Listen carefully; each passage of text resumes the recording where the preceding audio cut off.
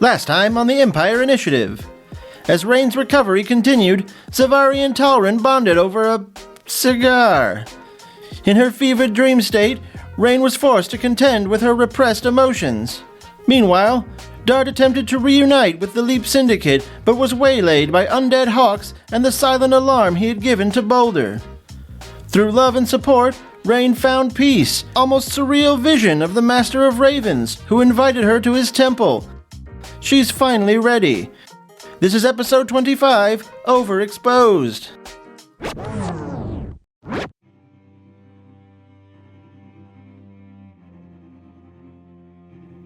Dart, you are currently perched on a branch, and you have hawks flocking around you. Since you used Turn Undead, they are a bit more...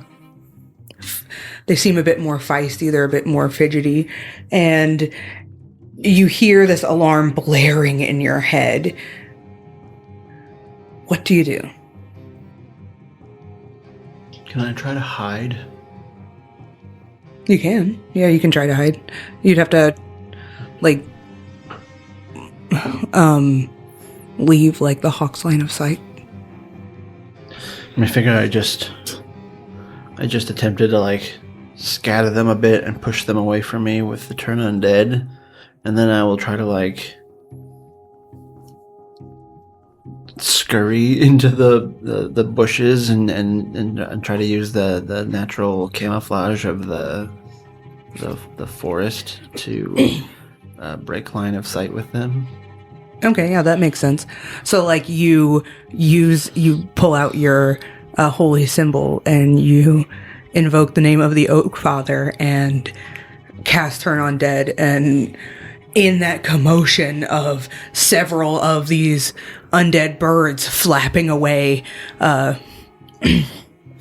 feathers, a cloud of feathers raining from the trees, and that is enough commotion for you to quickly sort of slink down the trunk of the tree, and you're able to kind of get a way. You see a way out. So go ahead and make a stealth check. You still have Pass Without Trace on you? Did you use that when you went out this time, or was that only the first time when you went to get the scraps? I think it was when I went to get the scraps. Okay, gotcha. Sorry. Reading that right? Is that a 5 or a 3? That's hard to tell. That is a 5. Okay, that's a 5. That is a 23. Mm-hmm. Sorry, it was 15. Okay. Yeah, so that's pretty good. That's not even assuming that my proficiency bonus was doubled because I'm in my special area. If that's the case, then that would be a 27. Yeah, you're good. Yeah, well, I rolled for the birds with advantage because they were just looking at you. And, yeah.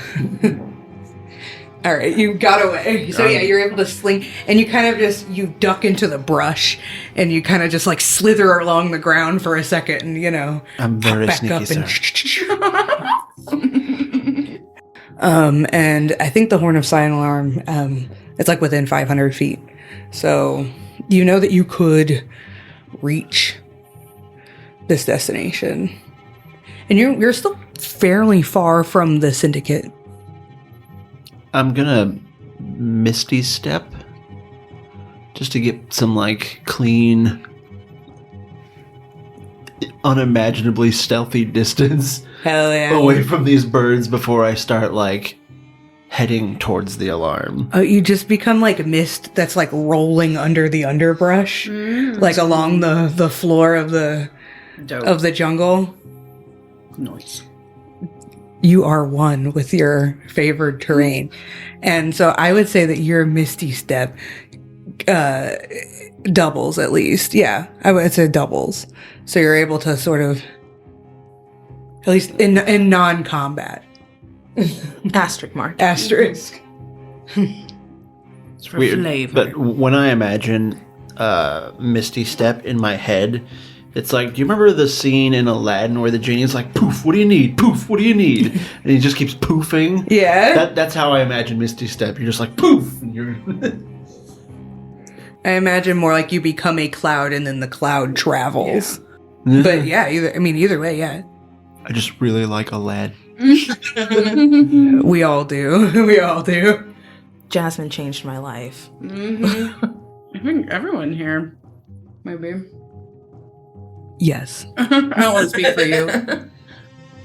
That's complicated.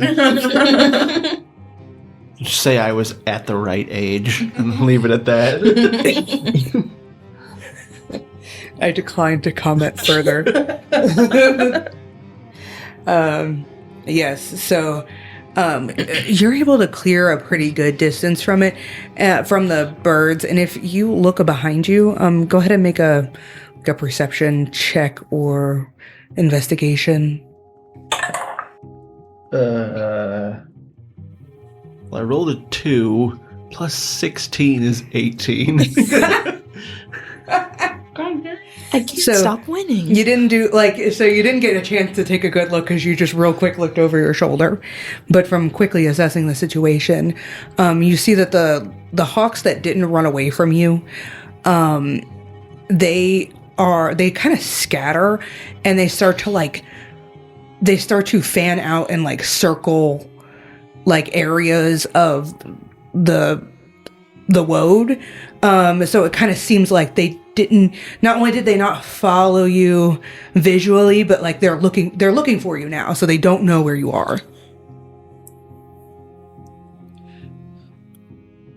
I think it's becoming canon that I don't like birds. You and Flux, man.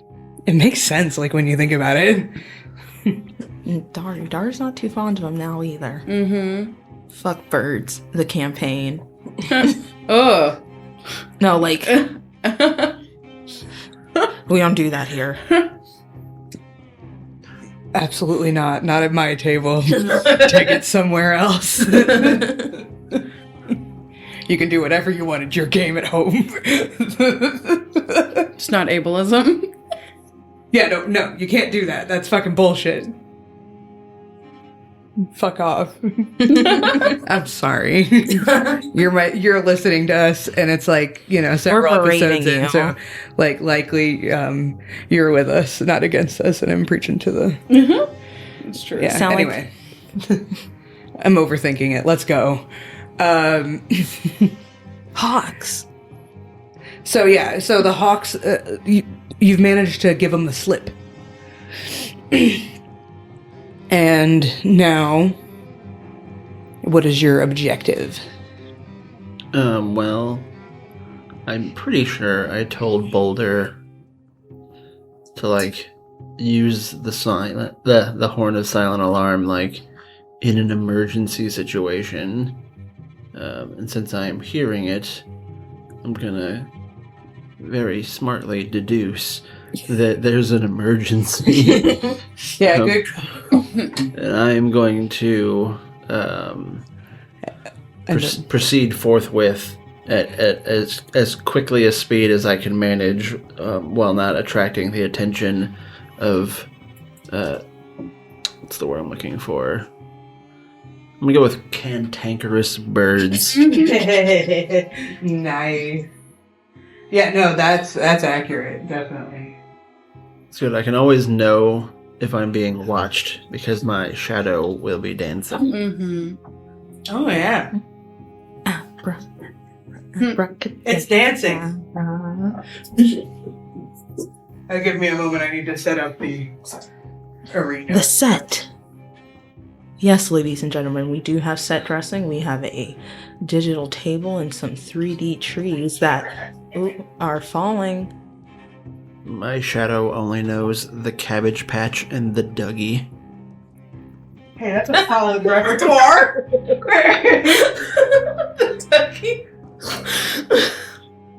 Oh god.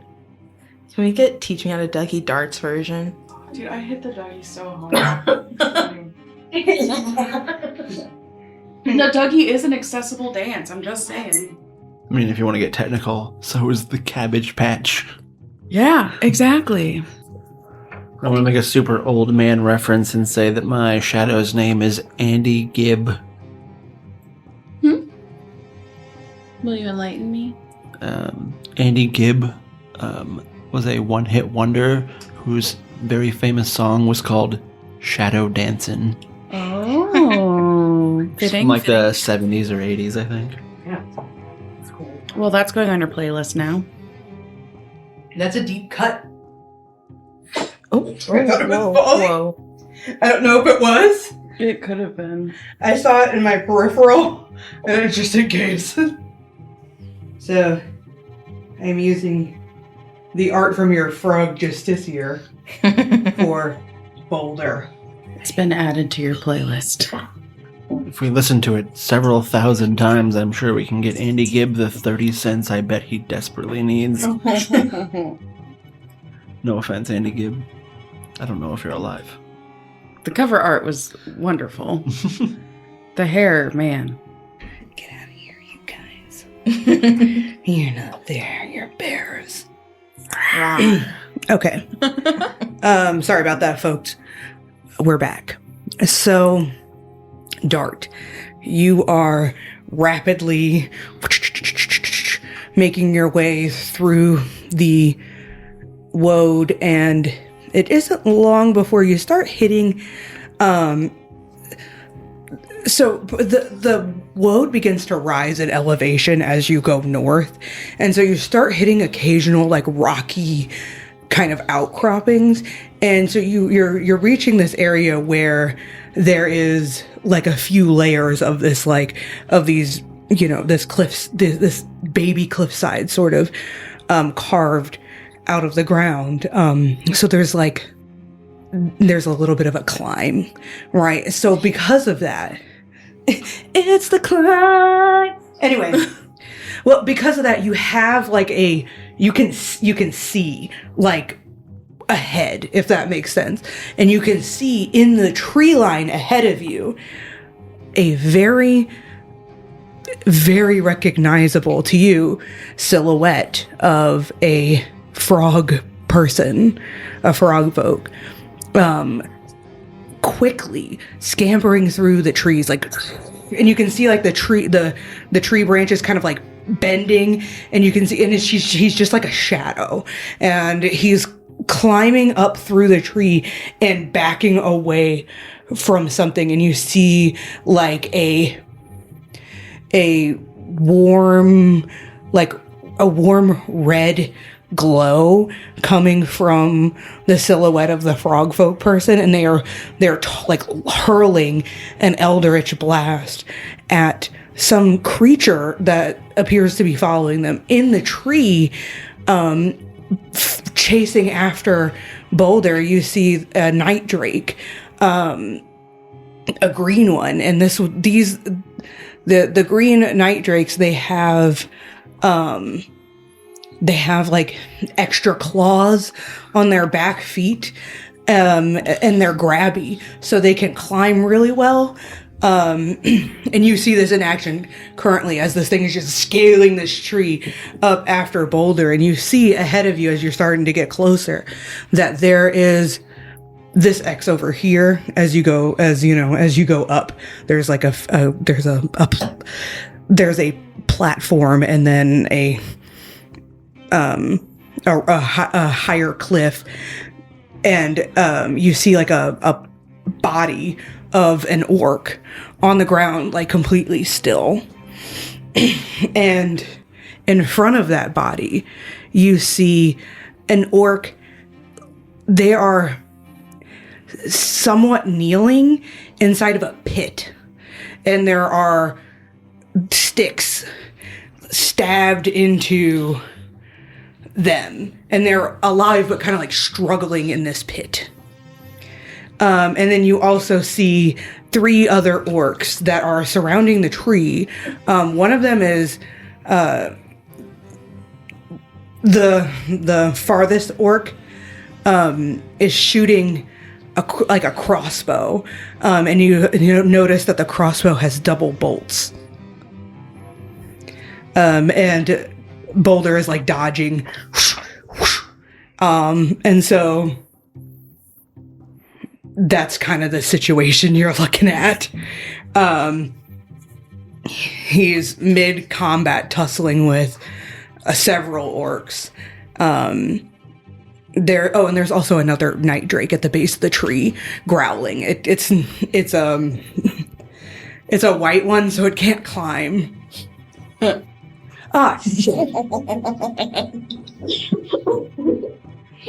it's like an icy one. It's got ice power. It's ice type. No, It's ice type. Yeah. Shit.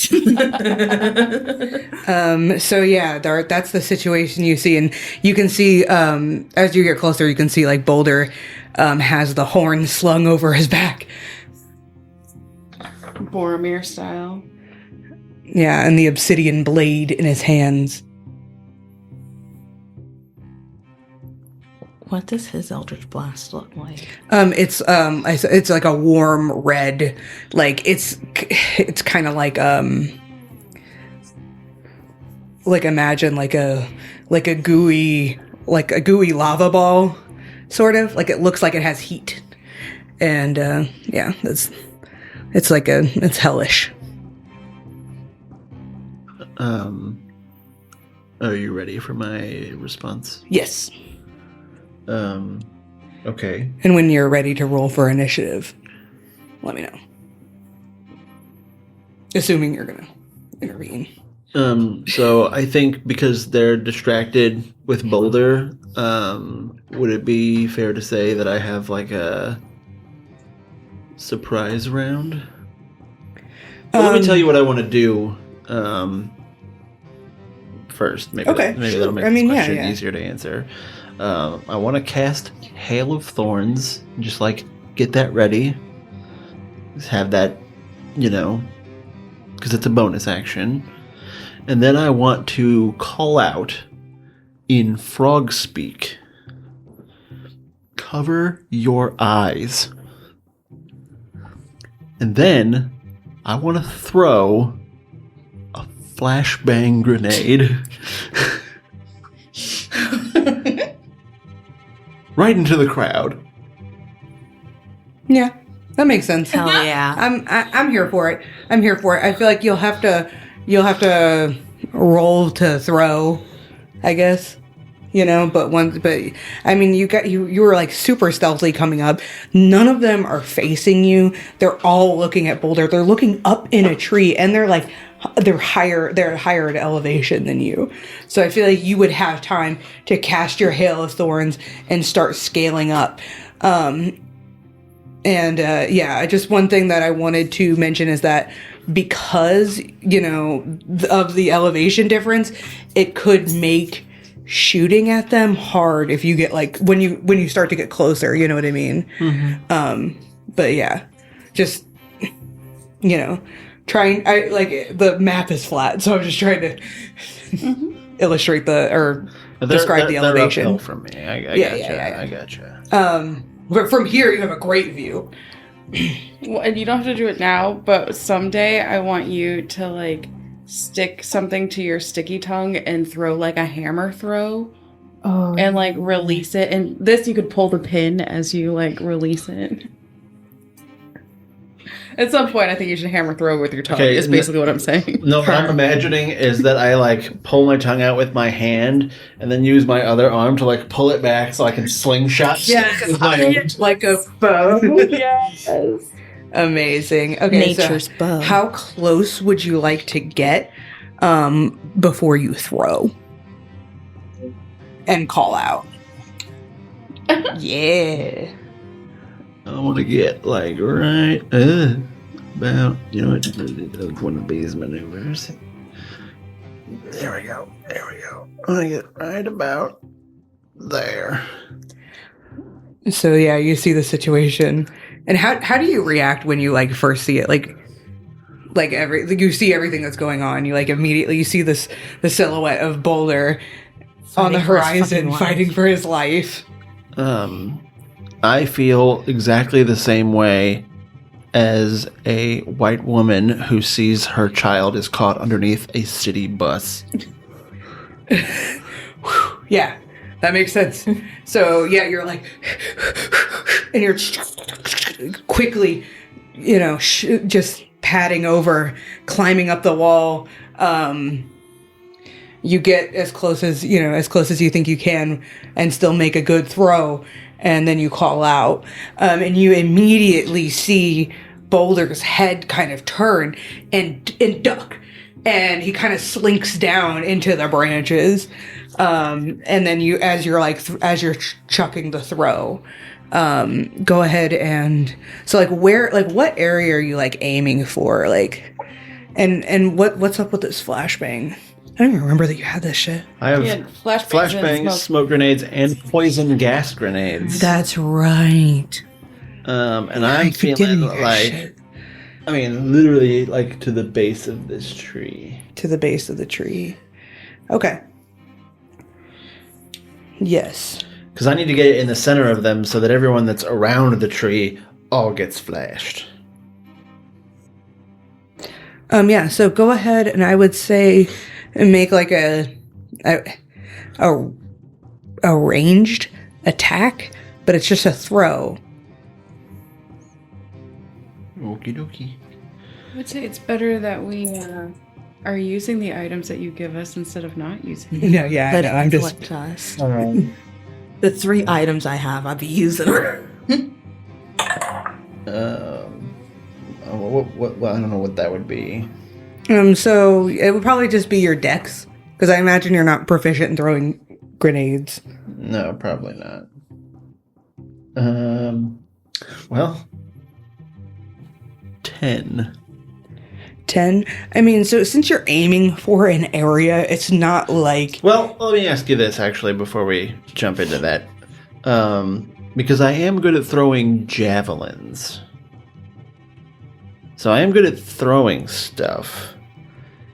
And in my javelin throwing, it's +4 if I'm just stabbing with it, and it's +9 if I'm throwing it. Which... Right, because you get you get a bonus for ranged attacks, don't you? I do. Okay, well, what did you get with the +9? With a +9... It's a 15. Okay, yeah. I mean, yeah, definitely I would say, again, you're not, trying to hit someone. You're aiming for a specific area, so I feel like you land, right on target. And, the orcs also react to hearing, what does frog speak sound like? Fribbish. I mean, I would imagine it's a mixture of, I want to say croaks and ribbits. So it's just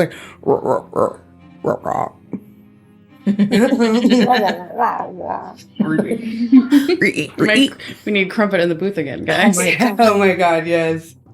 I mean, I get, honestly, I feel like Orcish and Frog Speak are in the same linguistic family. It's mine's just less grunty. It's a throaty language. More guttural. Yeah.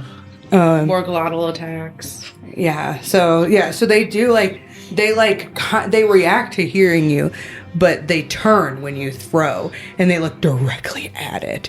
And so I will have them all make Constitution saves as they look directly into it.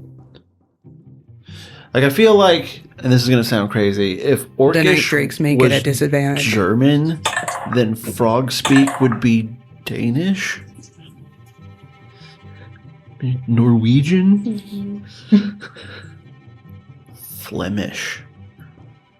The two orcs that are further are both stunned from the flash. They cover their eyes and they're like, ugh.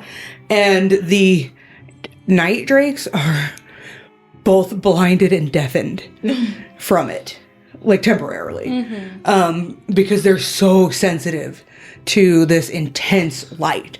And So you definitely see that it has affected the vast majority of the battlefield.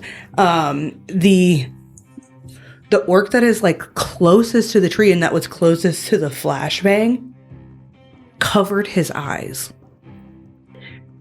Which one was that? This one. He is like he's not wearing armor. He's just wearing some like leather like pants, and his upper body is bare. He has like a very, very built but lean physique. He looks like a martial artist. And then one of the orcs is wearing like a robe and has a staff, and you saw them like launching a like firebolt at Boulder and missing, and that one is stunned. And the furthest orc, the one who is using the crossbow with the double bolts, is also stunned currently. So only one of the orcs isn't stunned. And I feel like at this point, it's initiative for sure. Okie doke. Why are you mad? No, kisses are a reward. I see. What was your initiative? 14? Okay. Since they are in combat, they already rolled initiative. You'll be like in the middle of initiative, essentially. Okay. So yeah, you get ready to fight. This flashbang goes off. There's a ringing in the ears of all the orcs. They're and the camera flashes to Zevari. What are you doing, Zevari? I remember sending Daru out with Dart. So at this point, I may not be watching, but I at least have a feeling, like through our telepathic bond, that something is going down. Yeah, you definitely feel Daru's panic, and Daru's trying to let you know that there's a problem. I didn't see Daru in there. I just kind of trying to see. He may not be in there. I saw Zara's, I think. Yeah, I see Zara's. Yeah, that's okay. Oh well. Might be in there somewhere. It's a mess. Anyway, sorry, go ahead. Zevari is just gonna mutter to herself, "Oh, great." And she will, I imagine she was like sitting with Talon because they were smoking. Yeah. Give Talon the roach. Yeah, like you can take care of that. I'll kill it. And I'll go over to Rain and just kind of, gently kind of give her some nudges like, "Hey, Rain. Don't know. How are you feeling?" I'm just like really tired. Rain, as you start to wake up a little bit and become aware of your body, that's when the pain hits you from overusing your body. It just takes a second. As soon as you're like, I'm just really tired. Negative 1 HP. and you go flying. Yeah. You just feel, it's not like you're like, I'm just like, you just super sore. Like you had you pushed yourself too hard in the workout the day before. Mm-hmm. And she tries to sit up, but it's just so painful. I feel like at like USA tryouts, the first thing that would start hurting would be the tendons in my elbows. And so transfers and pushing up were always like so painful. And I feel like that's like she's trying to push up, but her tendonitis in her elbows are just like Screaming, yeah. Someone get that dwarf some Pedialyte, Bengay, and weed. She has Bengay. You need some WD-40 In a 40-piece toolkit. oh, where's the bio-free? things and the stick roller thing. Yeah. She will like see you clearly struggling and kind of like her eyes will widen. Okay. Just like, So you are not ready to go back out yet. what's wrong? Don't worry about it. It's frog stuff. I will tell you, but you need to be calm about it. And she smells the weed. She looks over at Tower and is like, and like extends her arm painfully. He like, he's like, do you have like another one? I don't want to just like pass her a roach. It's just seems fucking. Yeah, we Just smoke it at me. Just smoke it at me. Smoke it. Oh, and he's like, huh? And he like he's like, what? And he goes, oh, wait. And he like stands up and he'll walk over to you and like hover over your head. And he's like this. And he will like cup his hands around it. Yes. And like shotgun it towards your face. And then I Like when a dog gets really excited. but it hurts. Well, I'm glad that you took that hit. He's like, maybe we should have made like a tincture or. I've been taking a lot of hits, Zevari. Like physically? All of the hits. Oh. Well, like I said, you need to be calm about this. Dart has left. He did go to the syndicate. I don't really know what's going on, but along the way he has gotten into a kerfluffle. The kerfluffle. He is fighting. He like threw a flash grenade. Daru was not a fan of that, let me tell you. Yeah, that's why I went with a smoke grenade. And she just like pulls something else. Lay down. But Dart needs me. I swore an oath. Not an oath. I swore that to protect him in a way. How can you protect him when you're hurt? How can you uphold your oath when you're clearly hurting? Pushing yourself won't do any good. It'll just make it worse. Talon says, you gotta protect yourself before you can protect anyone else. Yes.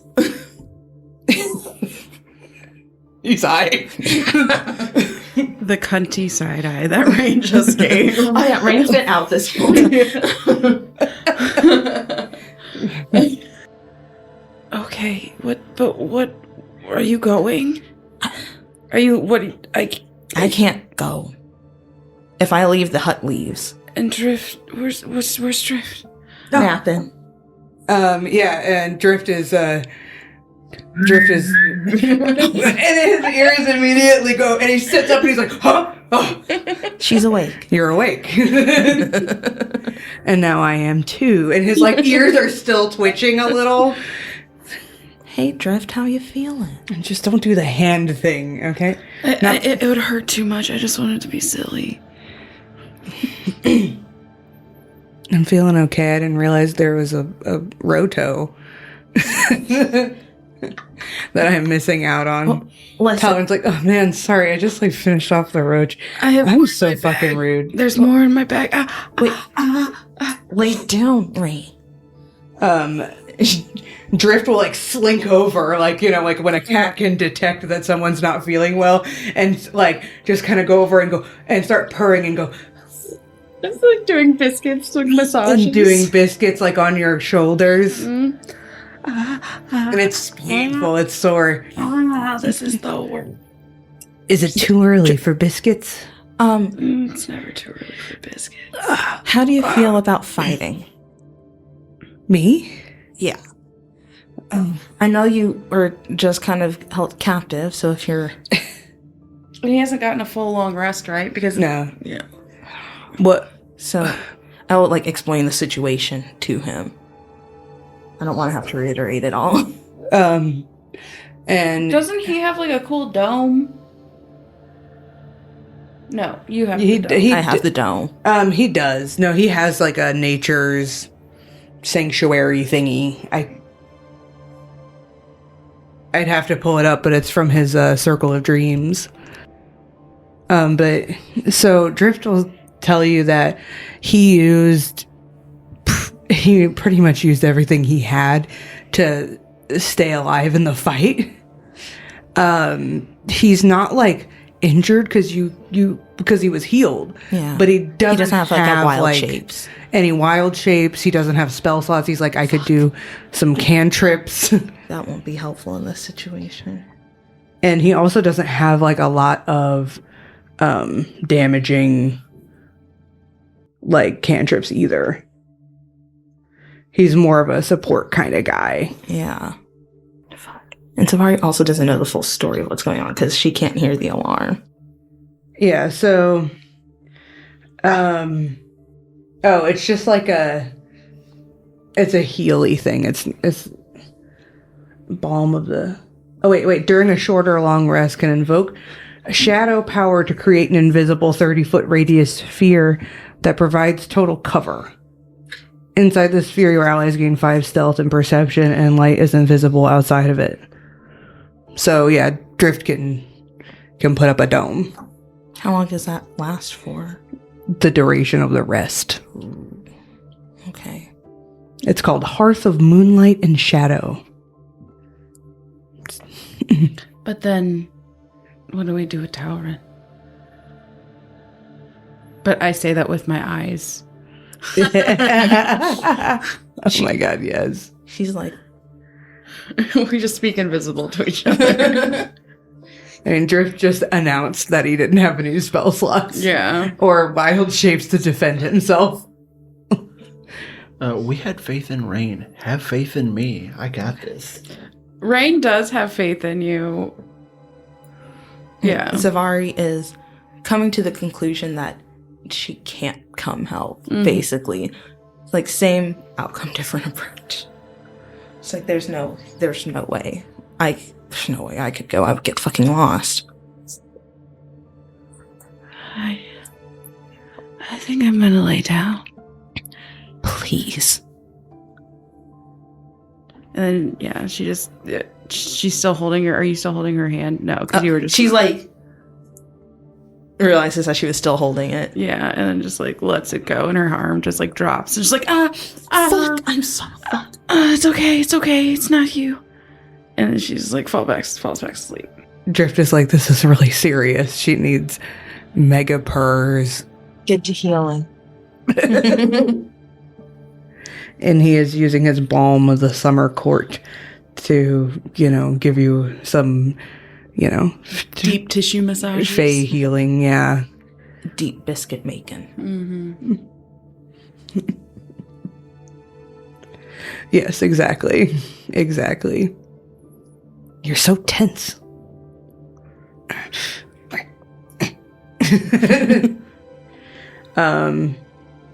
It's like he's Talon's eating like, a rock. Talon's like, you guys are funny. Funny. And then he looks at Zevari and then remembers that he's scared of her. And his smile just goes completely straight. And he's like, oh! And his eyes widen. Come on, man. And he just kind of settles down. You're fine. I'm not gonna hurt you. If I wanted to, I would have already.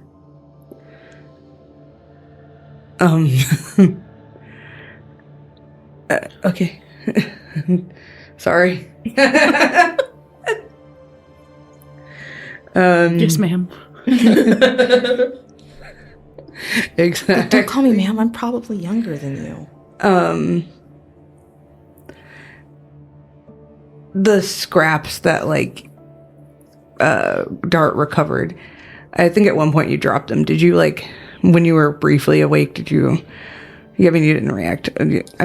No, they're probably still just in bed with her. Yeah. But she's not focused on keeping track of where they're at because she knows that they're with her. Yeah. Gotcha. I was just curious, yeah. Because I was also reminding myself about the scraps. But yeah. Still no hair though.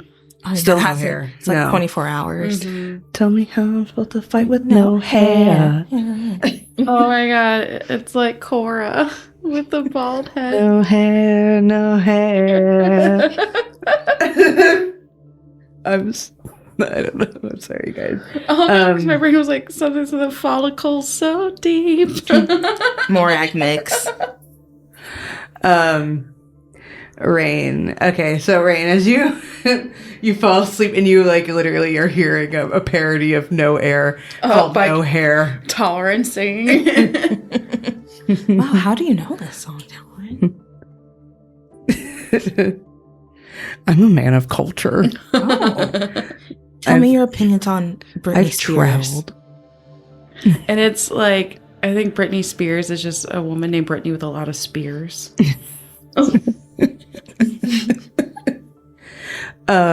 Canonically, actually, I think we discussed this once. Britney Spears is canonical. She is a warlock that got out of her pact and is now a bard. Inspo for Zevari. Yeah. It was a really shitty pact, and it fucking Zavari's pact is fuck what they did to Britney. Anyway, sorry. Anyway, based on the most recent video I saw, I would have guessed Soul Knife Rogue. Oh yeah, from the dancing knives. Oh yeah, that shit was wild. What was even going on? Honestly, I love it. It's so. She can do whatever she wants. Hell yeah. I'd dance with knives too if I was Britney Spears. Because everybody expects spears, so it's like it's subversion. In Umbermore, we dance with guns. Oh my god. I didn't say they were loaded. That's true, you didn't. I just assumed. How dare I?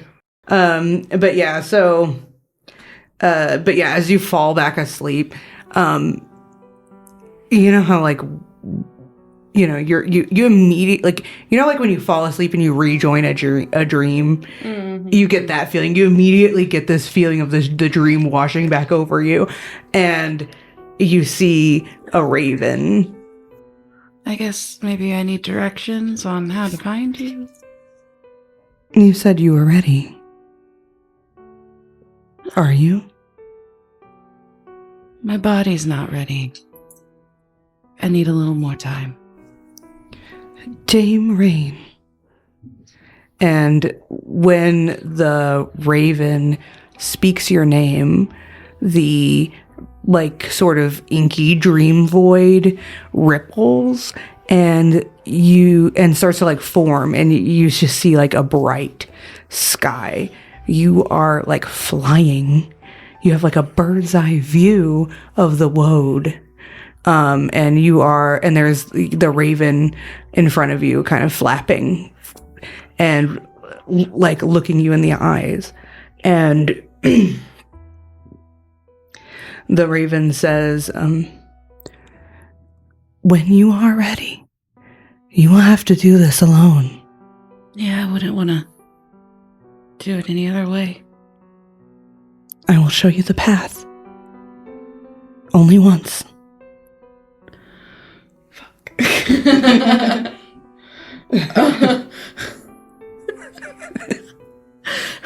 I request an accommodation? I'm just kidding. Okay, Yes, send the paperwork to your doctor and then have the doctor fax it back to us, but you'll have to sign a release form. Oh God. But I'm out of a network right now.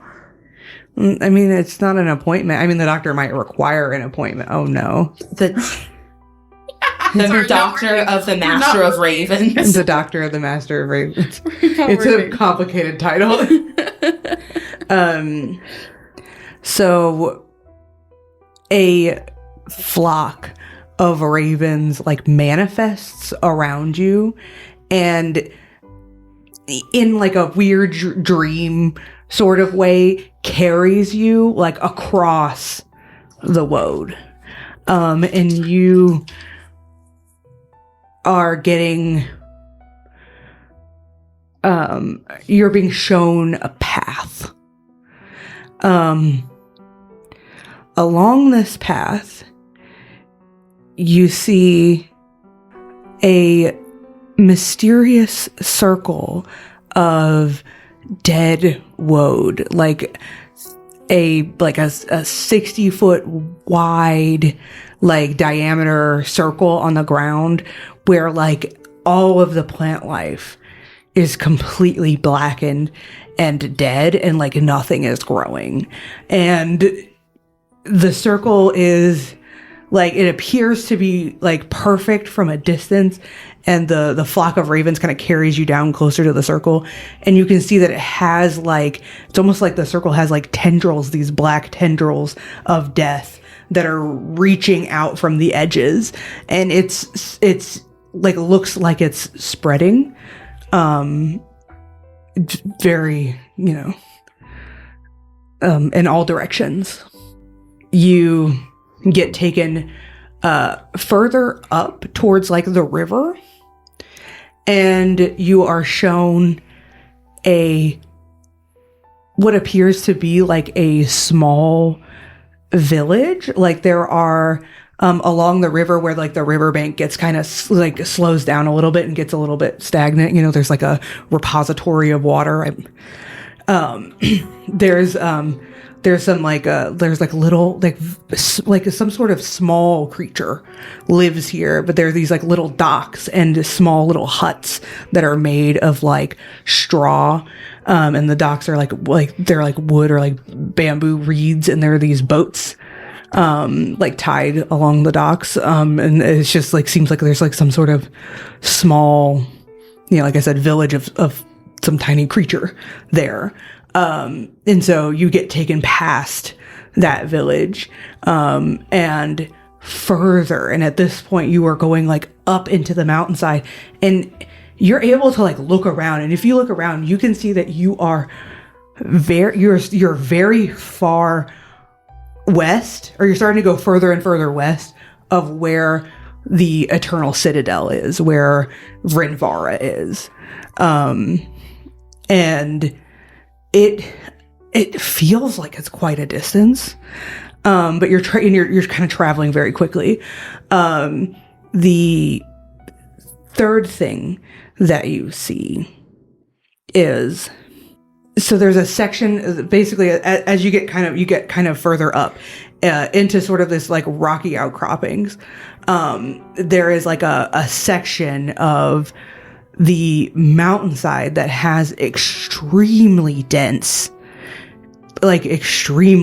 foliage, like these big, like, choking vines.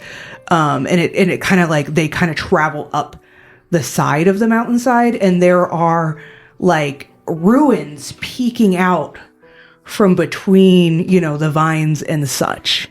And the ravens fly, like, into that, and, like, you expect to get, like, a collision, but it's like you just pass through it, and it appears to be some kind of, like, tunnel, but you can't, it's like almost like you can't see inside it. You just know you're supposed to go through there. And when you go, like, as you go through there, you're brought into, like, it's like a chamber inside the mountain. Like, imagine, like, if you remember in the Underdark, there were these, like, Swiss cheese holes in the rock where you guys would, like, kind of hang out for a minute when a Coronon would bring you. It's kind of like that, but it's like a big biome.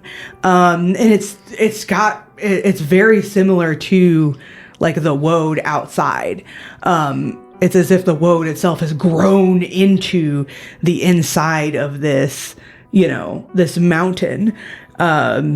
And inside you can see that there are these tremendously overgrown ruins. And outside of these ruins, you see scorch marks on the ground that are shaped like hooves. And the ravens take you along this trail, and you see a large black horse, impossibly dark, with an evil aura, and a tail made of flames, a mane made of flames. And as it's walking, it's like dripping flames behind it and leaving scorch marks on the ground.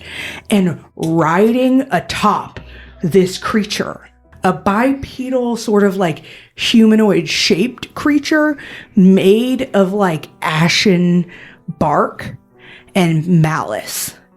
Imagine like a dryad, or like a tree person, but not necessarily like a treant. Something closer to a person than the treant would be, you know, sort of like it's that kind of genre of thing, I guess. I'm trying to think about how to explain it. But you can see that it's just like dried and cracked, and like in between the cracks, you can see like a glow of ember, and it's like smoking. So riding atop this nightmare is this other nightmarish creature. And it is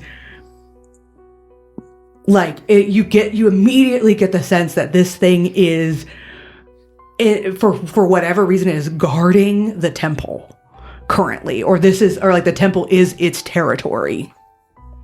Okay.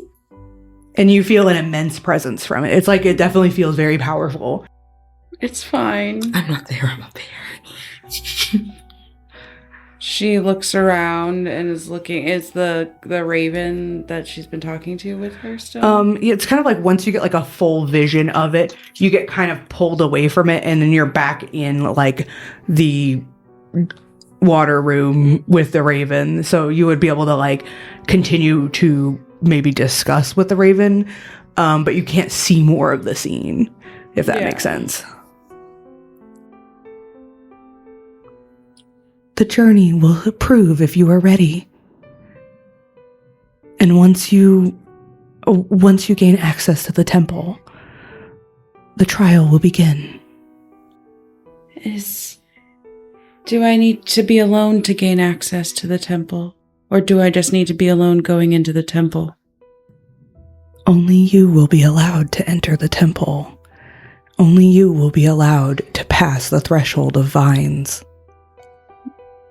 Any last words of advice?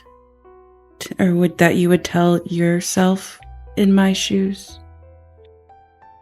Rest well, train well, eat well, and most of all, trust yourself as much as your friends trust you. And the raven fades. So as we fade away from Rain's dream sequence, we cut to Dart. Oh boy. So it is the beginning of initiative. It's the caster's turn. He's stunned. So he's like holding his eyes and trying to shake it off. Roll a d4. I got one of those in here somewhere. There you are. 3. Okay, so he'll be stunned for 2 more rounds. Hell yeah. It's a boulder's turn. The boulder. And he chirps out in Frippish, "My king." Forget had a deep ass voice. Yeah, he does canonically have a deep voice. I couldn't do it for a while because I was super sick. Well, thank God we're not talking to him. My king. Oh, I forgot. I have a character sheet for Boulder because he's a complicated man.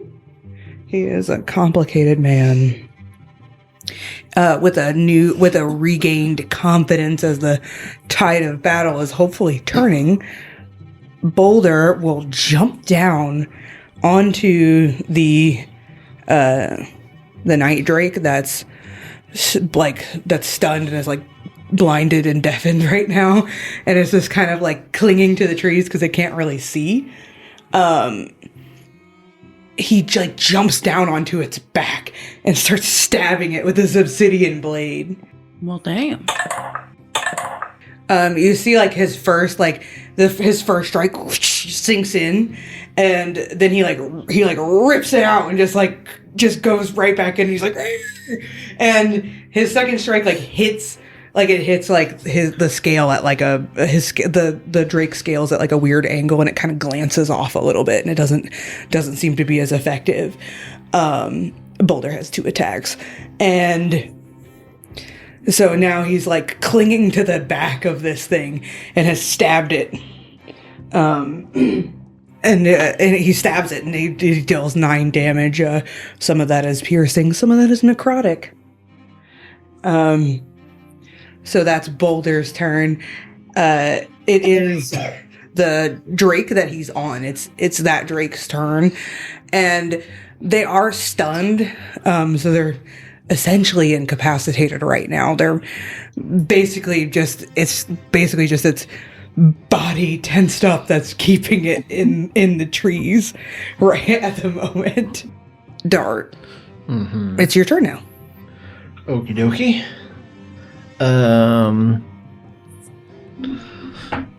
I'm gonna... Let's see here. Can I run just over there and then high jump into yonder tree? So you're high jumping into that like short tree. Mm-hmm. Yeah, and that short tree is like kind of sticking out of the rock face ahead of it, atop of it. So it's kind of like you're not quite on that upper rung if you're on that tree, but you're about level with it, if that makes sense. Okay. But yeah, you clamber up into that tree. From this angle, you can definitely see that the orc in the punji pit trap is alive, but very stuck. Like essentially, several of the sticks have like pushed in on each other, and it's around his like lower legs. So he's very trapped at the moment. He's not going anywhere. I want to shoot that guy. Okay, so the martial artist. Mm-hmm. The only one that covered his eyes. Yeah. There's no one within 5 feet of him, I'm guessing. No. That's okay. I'll still shoot him. You've got your Hail of Thorns active, correct? Yeah, I guess I thought people would be closer together, but I don't think the Hail of Thorns is going to do much to anybody here. Well, they still do a little extra damage regardless. Well, I think it doesn't do the Hail of Thorns damage to him, but all creatures within 5 feet of him. Oh, I didn't think that's how it worked. I thought it... I mean, well, it says the thorns can either be released from your weapon or your ammunition. So maybe... Yeah, it says the target of the attack in and addition each to the creature. normal effect of the attack. Okay. Yeah, it says, the target and each creature. So yeah, it would still hurt the target. Well, assuming he fails the check. Well, I guess he takes damage either way. Whatever. Yeah. Okay. I should have cast that at a higher level. That would have been smart. But whatever. I'm shooting him. Okay. Yeah, I'm gonna go for the sharpshooter. 18. 18 hits. Hot diggity. Alright, let's see here. Why didn't I Hunter's Mark? What's wrong with me? That's okay. Alright. 18. And he's gotta roll a saving throw for the Hail of Thorns. Okay, so... It's a dexterity saving throw. So you shoot this arrow at him, and he... he heard you call out, and kind of when he did that, he sort of turned his body so he could have a better view of the surrounding area. You shoot the arrow at him, and he turns to catch it. Oh boy. Gosh, monks. And he uses his deflect missiles. And he reduces the damage by 14. So it's not enough for him to actually catch it and throw it back at you. He reaches and grabs it. He reaches and he grabs it. So he slows its momentum, but it still shreds his hand a little bit. And he takes that 4 damage. Mother. And then makes a dex save. 17. Oh yeah, he passes, so he only takes half the damage. What's that do? Oh, 9. He takes half of that.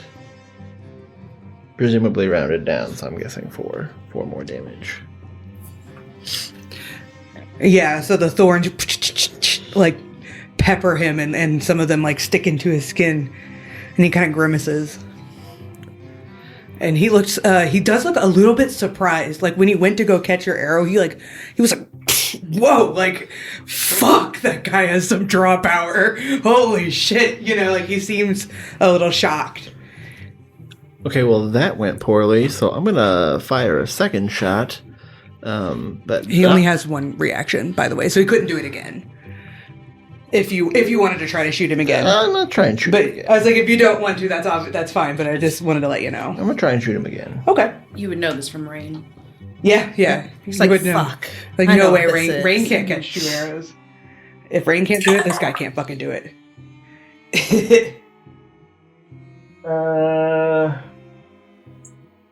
That's not good. 12. Unfortunately, no, his armor class is 17. Son of a bitch. Alright. Fiddlesticks. You gotta war priest it up. No. War priest it up. War priest it down. I was just thinking of the Ham Factory. Yeah. My reference clear. Dude, it's got referencing our own shit. I referenced our own shit the other day and I was like, oh shit. Getting a big head. Are you listening to your own music? Hell yeah, I am. I'm bumping it in the car. I'm bumping that. Alright. I guess that's it for my turn. Real quick, I didn't have you roll a d4 for the first night drake. Can you do that for me? 3. Oh, so it also is done for 2 more rounds. Okay. So the other night drake also is stunned right now and blinded and deafened, so it doesn't even know what the hell's going on.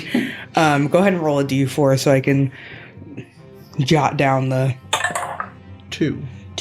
So he has 1 more round, and then the fighter, the one that had the crossbow, he is also stunned.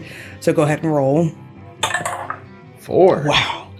Ooh, that's good. They're fucking This guy is a homebody, and he never leaves the house. So he's like, the outside is really bright. This was supposed to be a safe event. Yeah. Exactly. So he's still rubbing his eyes, and the guy in the pit is like, and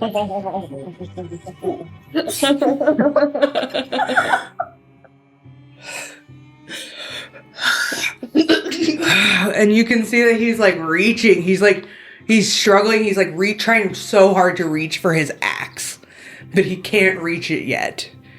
And he's pulling a stick out of his leg. Oh god.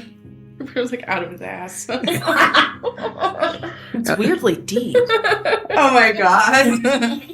Deep yes. butt. It's coming out of somewhere, okay? Pulling it from somewhere. Also, I just reminded myself of the scene with Orochimaru screaming about his arms. That shit was pure comedy. Oh my god. Whenever I'm having a bad day, I just remember that and I feel better. Just randomly send you videos.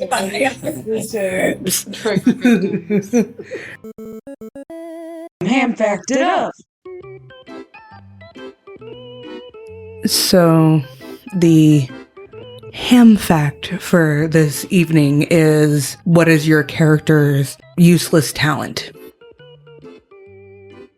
Well, don't all jump in at once.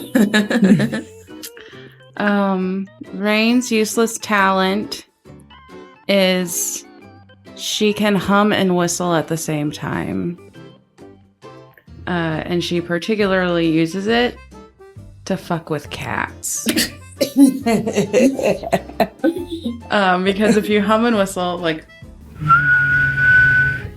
and then put your hand over your face and redirect the sound in multiple ways, it makes their ears go like they're trying to search where the sound is from. So, and so she has definitely been doing it to Drift. I was just about to say, Drift is like, please stop. Drift is actually a little glad that Rain's asleep right now. She hasn't done that thing in hours. Finally, I'm at peace. Dart's useless talent is that he knows the names of a lot of obscure color shades, like amaranth, falu, sarcoline, puce, vermilion, celadon. Like the city? No. Zevari's useless talent is she's just ambidextrous. That's all. Nothing crazy. She's originally a lefty, but they taught her not to do that. Number more? She had a really bitchy teacher when she was younger. It was like finishing school. Yeah. Rain hates bitchy teachers. She had a bitchy. Yeah, they're the worst. It was also like an etiquette teacher. Yeah. And it's like, I should also clarify, teachers are amazing, but if you're a bitchy one, fuck you. Fuck you. Capital F. So, Edmond's useless talent is that he can wiggle each ear independently. Ooh, I can do both, but not independently. Yeah. Same. Yeah, and furthermore, he can also shoot milk out of his eye. Oh, I knew it. Wait, who can do that? Edmond. Of course he can. Yeah. Milk? Yeah, he's practicing for like a more edgy thing, but milk is the easiest thing to use in the beginning because it doesn't burn as much. Edmond, explain yourself.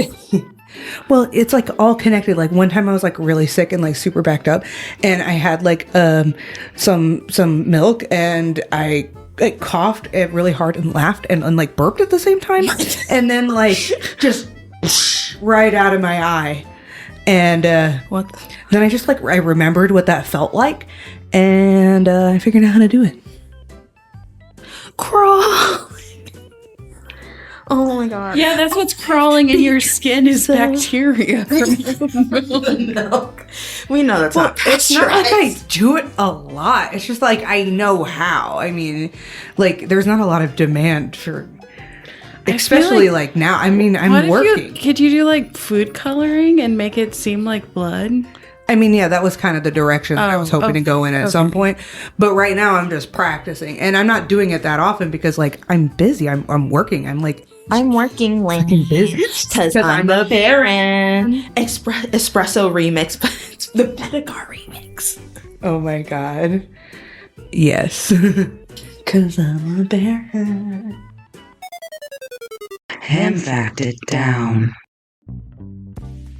This podcast is brought to you by our Patreon. Become a patron today at patreon.com/rollforthpod. Gain access to exclusive perks like premium ham facts. It's roughly double the ham.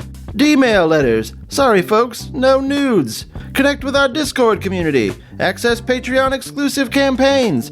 And more. Become a patron today.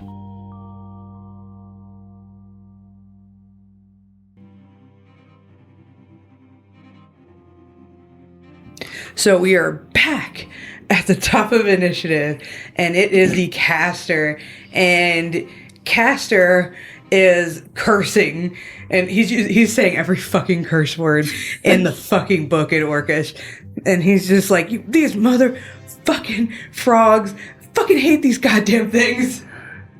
What the fuck? This is bullshit! Sorry, I don't have the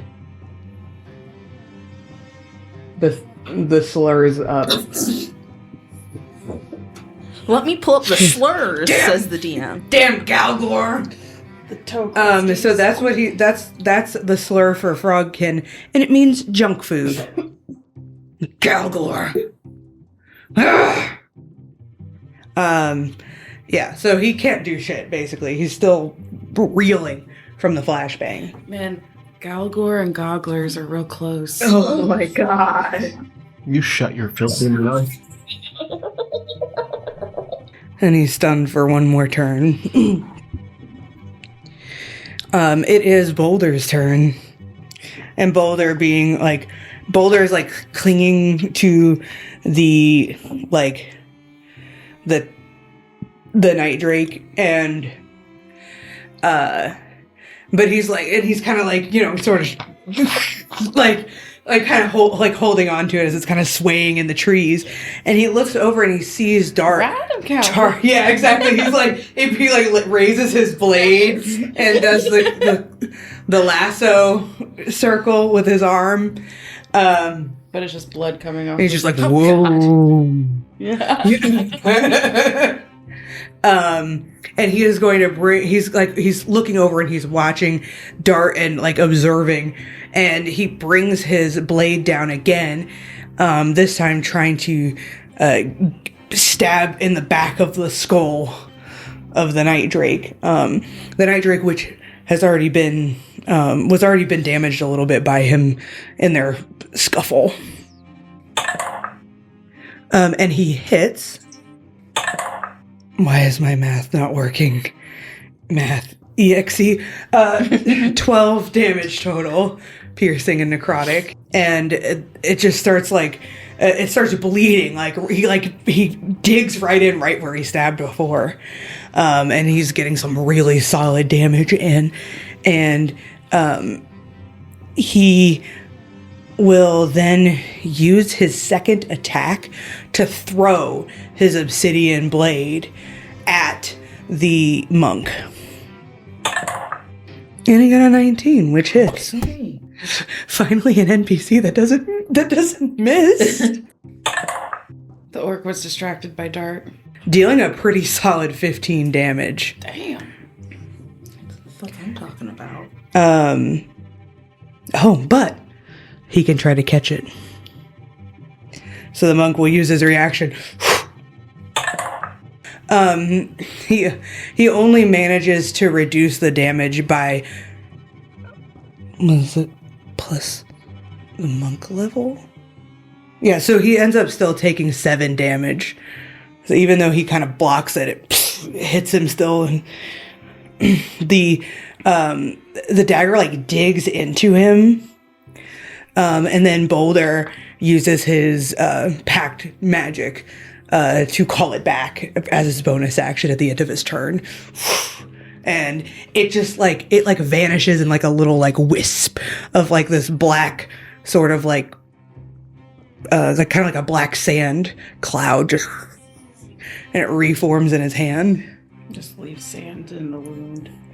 Oh, it's gritty. Jesus Christ. He's like, oh. But not enough to coagulate it. Just enough to be annoying. Gritty. Mm-hmm. Yeah. And he's still on the back of this Drake. And yeah, I would say, yeah, he probably at this point is going to hop off. Stop. Let me hop off. We just listened to that. Knowing what I know now about taste changes that next line for me. I'm so sorry. God. Don't think about it. Too late. Living in your head rent free. For sure. So yeah, Boulder hops down into the shorter tree so that he's he's kind of starting to he's trying to get a little bit closer, position himself closer to Dart. And that is his turn. The Night Drake is still stunned and at this point probably falls out of the tree. Makes sense. The physics of him jumping off would make him go down, you know? Oh yeah, because he like jumped off of him. Yeah, and then it made the boughs of the tree bend and just drops this night drake onto the ground, and that's going to deal some damage. Ouchie. Not much, but it does take an additional 6 damage, and it is not looking good. It's looking rough. It was kind of like it's not dog-like, but Rain definitely thinks it looks like a dog. Oh, it is kind of dog-like. It's kind of like a dog pig, right? A dog boy, like a dog dragon. Okay. So imagine so if you remember guard drakes, it's basically it's like a combination of a guard drake and a shadow mastiff. Okay. It just looks so cute. So it's kind of it's a little bit shorter, a little bit beefier, and more powerful, but still larger than a regular dog, pretty significantly, probably the size of a big cat. So yeah, he jumps down into the other tree, kind of closer to Dart. The night drake falls out of the tree, and then it is Dart's turn, and he did expend the deflect missiles for you. So, I'm sorry. What was that last thing you said? So I said that Boulder. The monk used his deflect missiles on Boulder's attack, so he doesn't have his reaction. And it's your turn. I just wanted to. Okay, I have. Make sure I'm trying to for clarity. I have a technical question. Yeah. To do a touch spell, do you have to touch them with your hand specifically? I'm going to say no. Because I have a spell that requires... But you still have to touch them with an appendage. You couldn't use, a hair, but you could say use a tail, or a leg, or a foot. Or a tongue. Or a tongue. If you so choose. Because I was going to say, I have a spell that requires, a melee spell attack, and my tongue can do a melee attack. So I was wondering... I'd allow it. You'd allow it? Makes sense to me. What'd that tongue do? How far away am I from the monk? So currently... I hid the moment I said that. You're maybe 15 feet away. Oh boy. Is that just out of range? Not if I have movement, which I do because it's my turn. I'm going to jump out of the tree towards him, and while I am 5 feet, once I have crossed that 5-foot threshold of jumping towards him, I am going to sticky tongue inflict wounds. Whoa! Oh my god! Oh my god! Through the tongue. The very tip of your tongue is black, with necrotic energy. You focused all your magic on the tip of your tongue. Oh my god! I need a dental dam thing. It's just an absolutely devastating lick. Lick a tongue would be so fucking jealous. Oh my god! The Pokemon. I know. Oh, So funny. Lick a tongue doesn't get ghost moves. Is it a normal type? 23. Wow. Yeah. Yeah, 23 hits. So his AC is 17. Oh, I already said that. Damn it. Shit. Sorry. He's the only person you guys hit. And the Night Drakes are 14. 23 damage. Wow. Yeah. Ouch. I got 2 9s on my 3d10. Gotta love Hell it. yeah. Gave him a little belly kiss. Like a loop. That kiss was not a reward.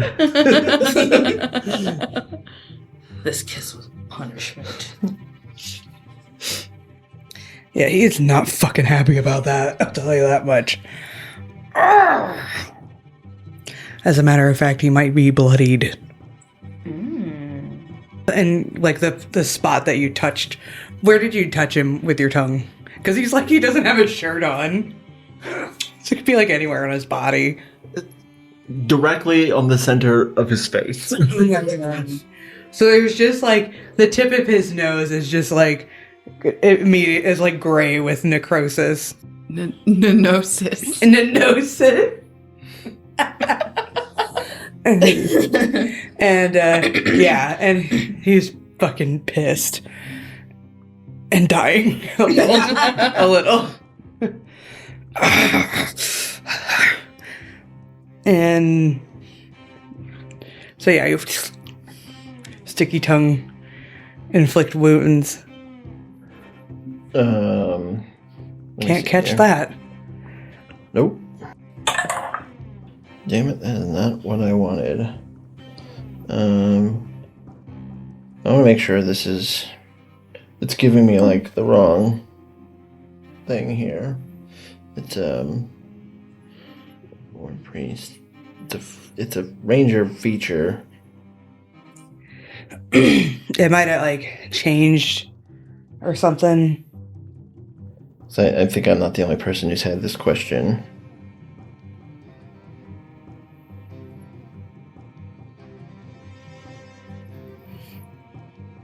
Because it says when you use the attack action, you can make one extra attack, like a weapon attack, as a bonus action.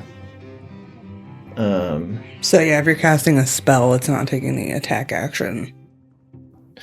Yeah, the internet seems divided, so I'm just going to take your word for it. Well, at least from that, like, my interpretation of the, like, from that wording. Because if it says when you take the attack action, if you're casting a spell. Yeah. But... No, you're fine.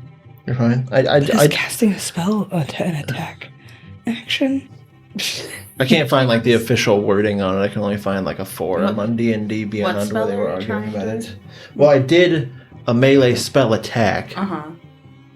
But it was a spell. Yeah. And my War Priest thing, I don't have the exact wording in front of me. All I have written down is when you attack, you can take a weapon attack as a bonus action if you, like, expend. Well, okay. Points. So when I look at attack on mine, right, I see Eldritch Blast listed under attack because it's a spell attack roll. So I guess that is an attack action in that case. Just, I guess, like, at least, like, from the way that it's organized on the character sheet in D&D Beyond.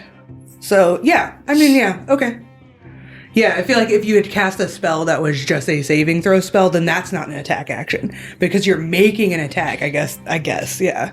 We'll take it. It's kind of weird. It's weirdly worded. All right. I know I can't do this right now, but I just want to describe it because I think it would have been awesome if I had thought of it when I did this initially. But what I wish I could have done is sticky tongue to his face with the inflict wounds, and then instead of pulling him to me, I pull myself to him with my sword out and just, like, follow up the inflict wounds with more inflicting wounds, but of the sword variety. What? Why can't you do that?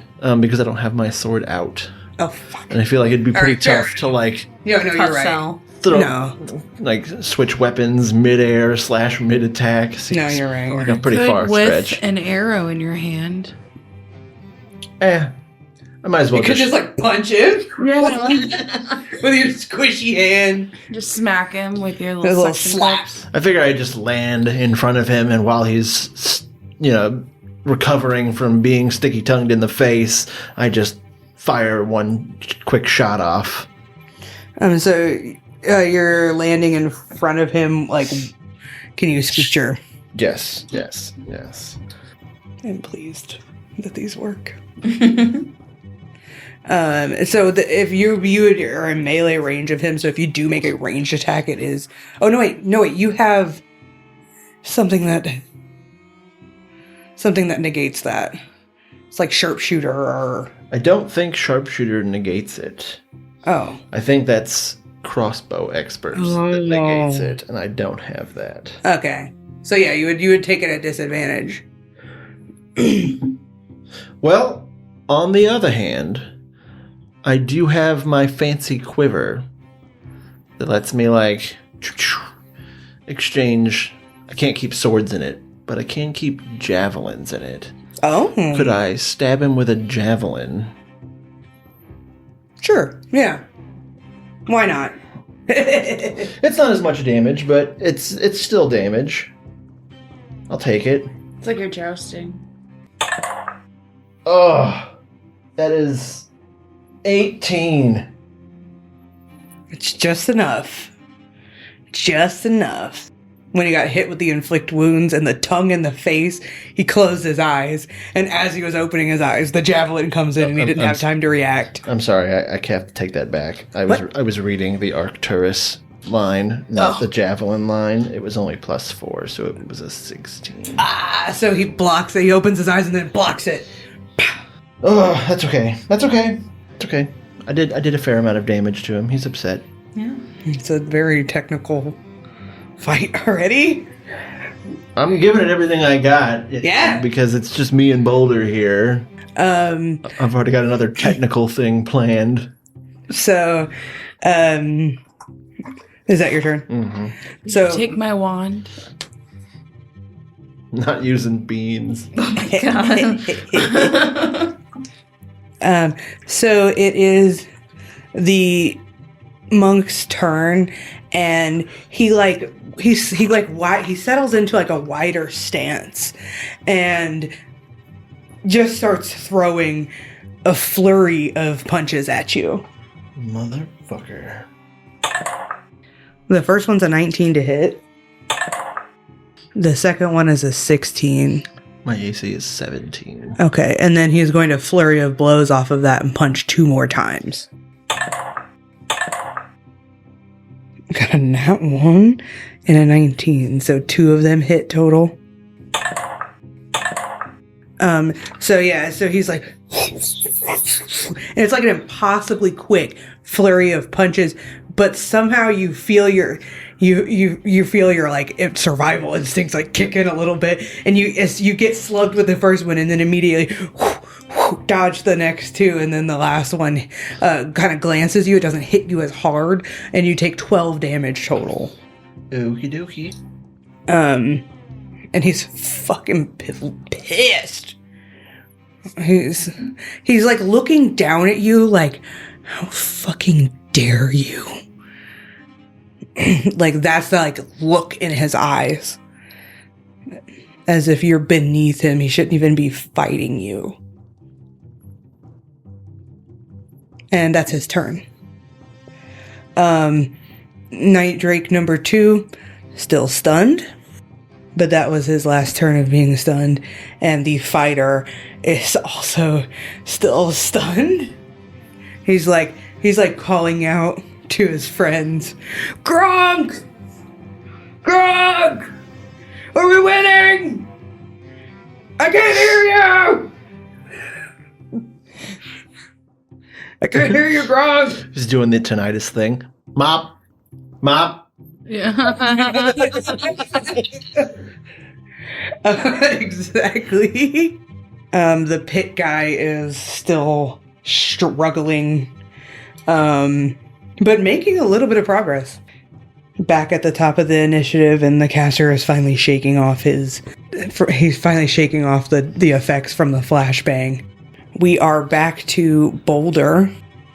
So he hops down out of the tree and he uses that momentum to like kind of bend down and spring towards the monk, and he's coming in with his obsidian blade. 2 swift strikes. Both of them connect, and you get make an insight check.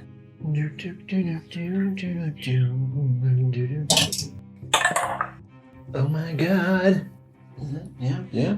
23. Okay, with the 23, as Boulder comes in and he hits this orc with this vicious double stab, you see into Boulder's eyes, and there is an intense fascination with his strikes, if that makes sense. You can see that it's beyond in the zone. He's thriving. He's alive. He's electric. He's happy? Wow, fuck. God, I rolled so much fucking damage. 13 plus.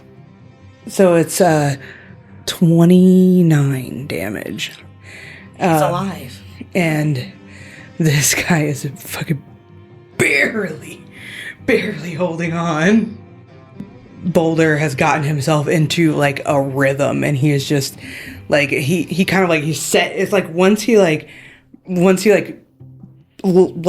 realized that the night drake isn't important, and he set his eyes on this orc, it's like he is just locked in. He is just 100% like on it. He's sticking to him like fucking glue. Oh, he was also flanking, so he should have gotten advantage, but he didn't need it. He hit anyway. But he's like looking over, and he kind of like Boulder does look over at you just for a moment. It's like almost like he doesn't even like recognize you. But like not like he doesn't look at you like he wants to kill you. He just like it's not with that same nothing behind the eyes. Yeah, it's not with that same admiration as before. He's just looking at you, so he's checking for you, making sure he's got his eyes on his ally.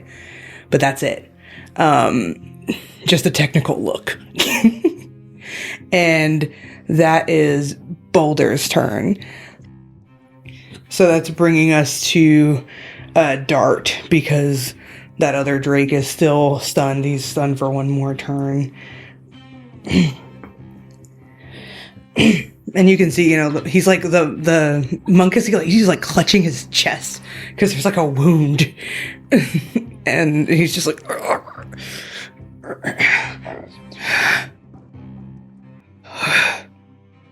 okie dokie.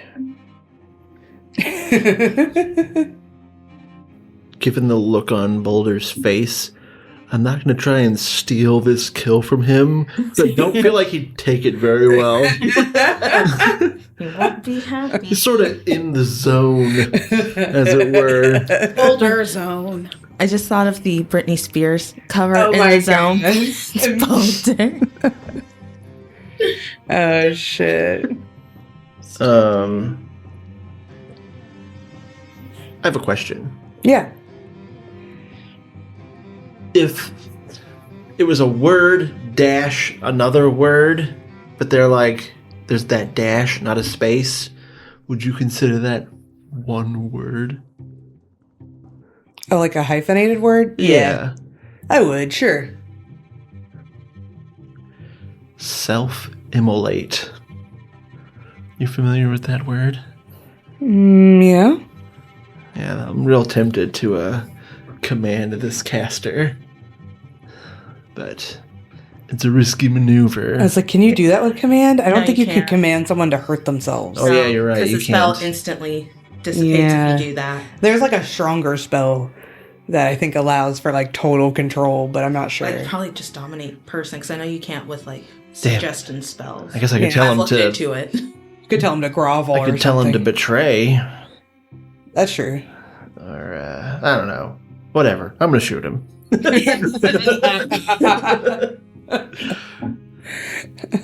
Wait, are you gonna shoot and take his kill, or are you gonna? No. I'm gonna shoot the caster. Okay. Okay, yeah. Sorry, I'm sleepy. You're okay. Rain is sleeping, so. Rachel is too. Yeah. Fuck this guy. Sharpshooter. All right. 22. Yeah, that hits for sure. All right. Jeez. Fuck this guy. Yeah. Um, Him in his stupid robes. 20 damage. And then my Hail of Thorns is still on. Nice. Well, he's stunned, so I think he automatically fails the save. Then a total of 28 damage. God, he was bloodied. Shit. That was shot number 1. Let's give it You another just go. you get him in the fucking neck. Shot that man in the neck. a 22 again. Shit! I see you just like hold back when it's the whole party is here just to be dramatic. For another 15 damage. Does the Hail of Thorns hit again? I think so. Yeah. Right? It's with each attack. So 18 damage total. Ah! That is... Wait, you said 18? Yeah, I think it was 28 the first time and 18 the second time. For a total of 46. Woo! He is hanging on barely. Wow.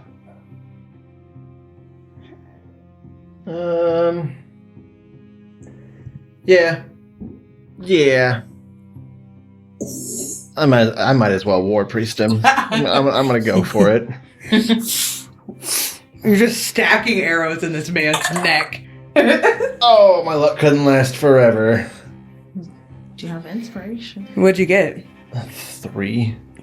What's that with your bonus? If I'm not sharpshootering, 13. A 13. Shit, his AC is 14. Oh. You're so close. That's alright. Rain, in your dream, you fly over the scene and you offer a bardo. I believe in you, and it's like it's Ghost Rain. It's like Iroh seeing Ghost. Yeah, like your spirit rain. Like seeing Spirit Genora. Yeah. Oh my god. Sorry. It's alright. I almost took it down. All good. Yeah, he's really fucked up though. Yeah, that's cool. I'm done. And it is the monk's turn, who is like, fuck, like, and he summons the last of his strength to unleash a deadly flurry of attacks on Boulder. Oh no! Only one of which hits.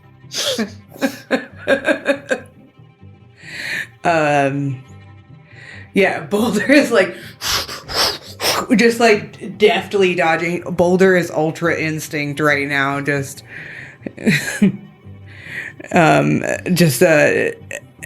absolutely just dog walking this man. And he gets clipped by one of his attacks. His very last punch connects. And for 6 damage. And Boulder, he had already taken some damage, but he's still looking like fairly healthy. So the second Night Drake is finally joining the fray. This is the white one, and it circles around behind Boulder and tries to flank him and bite him. And he does hit. Jeez. And Boulder does take a decent chunk, 10 damage from that bite. Yeah, and the Drake kind of like jumps like sort of towards his back and grabs like the back of his leg, and Boulder's able to tear his leg away, but the fighter is still stunned. So that'll bring us back to the top of initiative. And we're bringing it back over to Zevari and Rain and Talren and Drift. You guys are resting. Talren's high is wearing off a little bit. It's only been like a couple of minutes, you know. And Zevari. Yeah. Hello. Obviously, Daru is... have you looked through Daru's eyes at all? Yeah, I would imagine that she's like been kind of going in and out. Yeah, so you see bits of the scene, and you see that they're at least currently faring decent, but still outnumbered. Make a perception check. That's pretty good. I just now realized that not only did I forget again about my Scarf of Displacement, but I also forgot about my splitter attachment that I could have been using this whole time. 19. Just holding back. 19.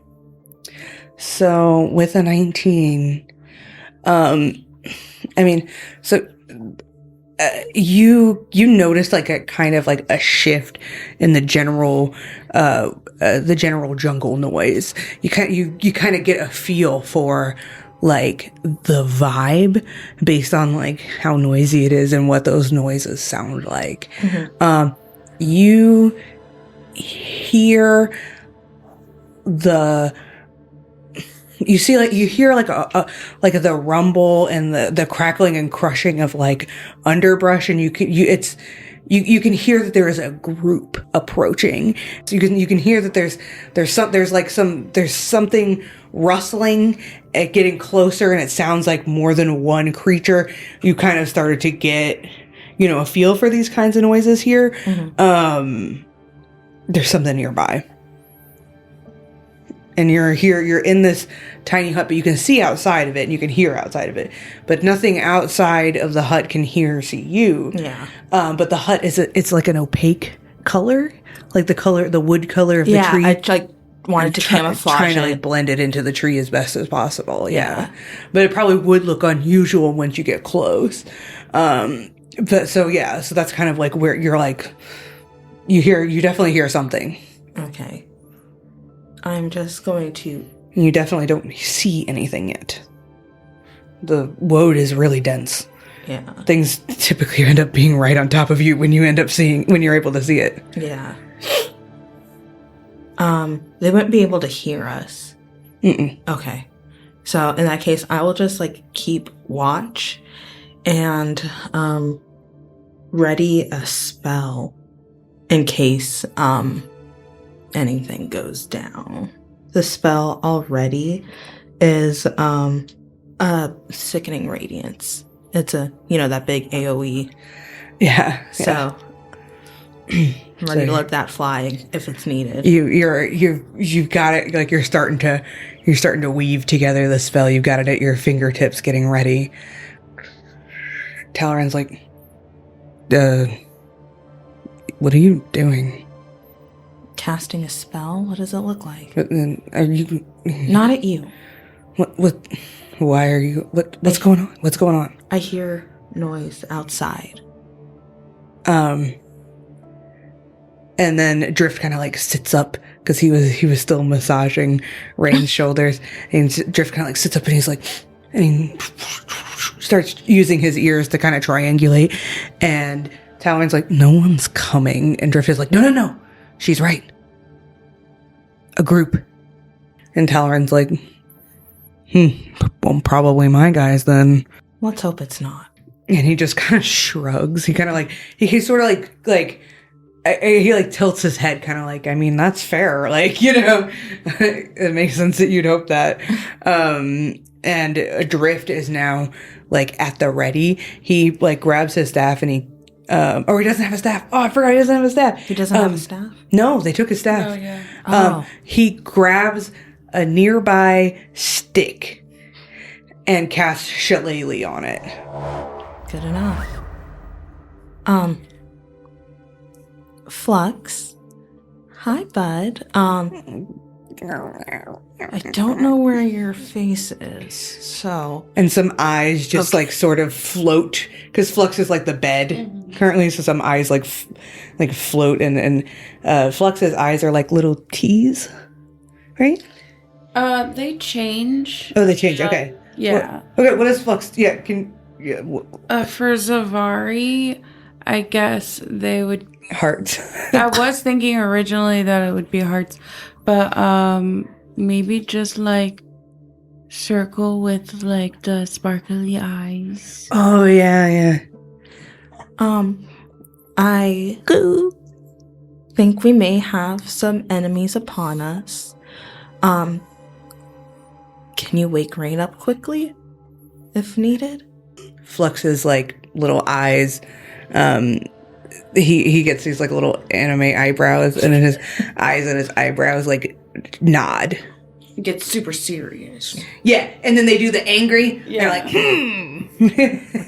And then you can see Flux is ready, and then Flux puts out legs and gets ready to be a mobile bed if need be, and also straps around, A cacao. yeah, around Rain. Oh, Rain's gonna hate that. Let me fight. Oh, ow, oh, ow. Yeah. And as you're, waiting and watching, sure enough, you see a night drake,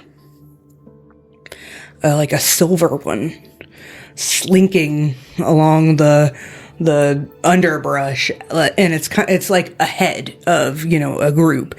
You don't see the group yet, but you do see the drake, and it's furiously sniffing the ground, and you see it like kind of like scramble into like a spot in the underbrush and like stick its nose in there like really deep and it's like breathing it in for a second, and you're pretty sure like you guys were standing there for a minute Mm-hmm. before you settled in over where you are, and at this point it's probably like Because she deduced it's trying to pick up their scent. I mean, Okay. I was like, that's like, what do you think? Yeah. Because my secondary question is, would the weed that we just smoked help us in this regard? Covering it up. No, because Smell like Sylvanas. I would say no, because for one, you always smell like weed Not me. as a group. That's- And for two, the tiny hut is keeping the smoke in. Remember, you guys were smoking it out, so it doesn't really smell like weed outside the hut. Okay. Yeah, and then you see that there's another one behind it, about 20 feet behind it, sniffing in an adjacent area, and they're definitely looking around for something. And there's presumably the owners of the drakes following behind, but currently you can't see them because of how thick the brush is. Mm-hmm. The drakes themselves are probably a good, I want to say 70-ish feet away at this point. When you start to, you can see them because you see the shimmer of their scales, the sun comes down through cracks in the trees, and you can see the shimmer of their scales as they become visible just for a moment. And as soon when they're in the dim light, they turn invisible. Mm-hmm. So they're mostly visible. Right now, they're not purposefully sticking to the shadows. So you can see them, you know where they are currently. That's okay. So, what do you think? They're not here. They're 70 feet away, and I don't see their owners. There's no reason to freak out yet. Talon's like, oh, yeah, those are the boys. Well, you better hope they don't come here. Okay. I mean, you want me to come out and you want me to go out and talk to them? Well, if maybe hey guys, go away. Well, if you go, well, first of all, I do want to make two things very clear. You have been lovely to hang out with. I still do not trust you all that much. I don't want you coming out and they just see, oh, there's their little hidey hole. He came out of it. So you like hanging out with me? I regret saying that. I just wanted to make sure I heard you correctly. Very enjoyable company, all things considered. We usually don't meet that many people that are social, or if they do, they just want to kill us and talk about it the whole time. No couth. Basically. And he just he gives a hearty, handsome guy chuckle. He's just and Rain mocks him and laughs. He's really jealous. Talon in pain. side eyes. Talon side eyes Rain. I thought she was a slave.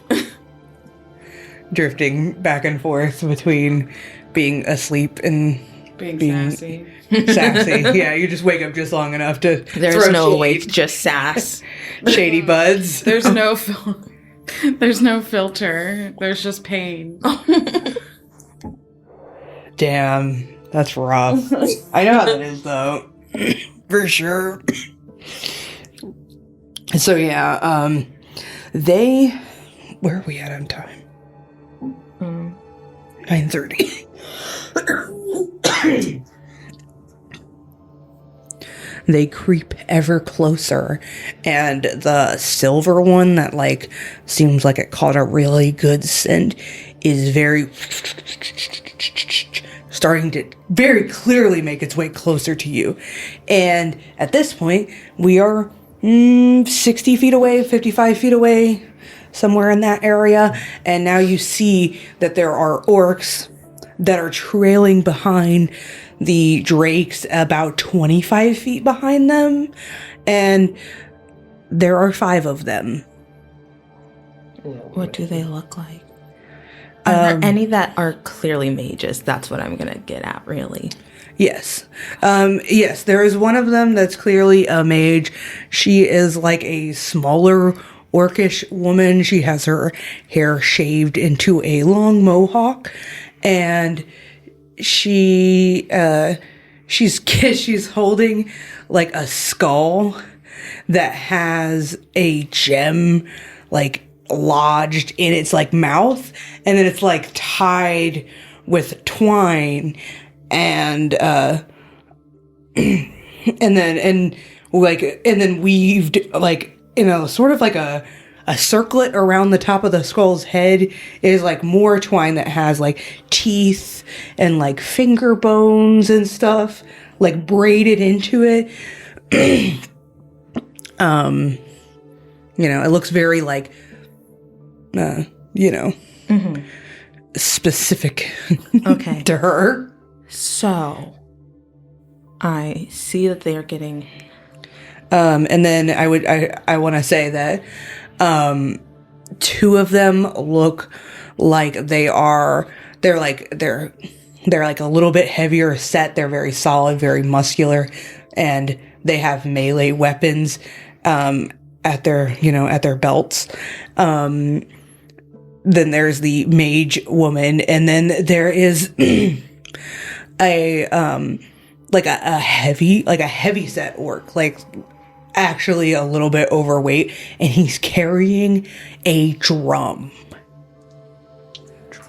Like around his slung around his like shoulder, and over his hip is like a big round drum that has, it has the leather pulled over really taut, and then there's another smaller drum on one side, and then clustered next to the drum is like a horn, like a bison horn or something, but it looks like, like an instrument.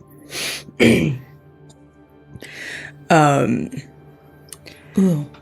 5th member of the little group is a lean sort of sprightly looking orc who's very androgynous, and they don't have any like melee weapons. They have like leather armor, and they have like a longbow that is very intricately carved, and it's like this black wood, and it looks very expensive, and it kind of just stands out to you. Yeah. The string of the bow it just glows ever so slightly with like a silver glow. So this seems to be a well-equipped group. I want to cast Prestidigitation to carry our scent in a different direction, because you can create odors and scents with Prestidigitation. Mm-hmm. So I want to get away from here. Like the anime sounds. So you're like mimicking like who's scent out of curiosity, or you're like trying to push out like what the group scent. Do you know what the group smells like? Okay. I mean, I guess you kind of do. Well, yeah. I'm just wondering if there was like a specific sort of like of scent that you were going for, or not necessarily. Just like what I would imagine the scent of the group to be, given I know our smells. Okay. I mean, yeah. Go ahead and make a deception check. 19 plus 9. Oh, and I do have advantage on deception checks. 19 plus 9. So yeah, I would say, you, and it definitely, like, the silver drake, the one that's, like, definitely on your guys' scent, will, like, he, like, lifts his nose and kind of, like, turns his head, and he cocks his head to the side looking kind of confused. And he's...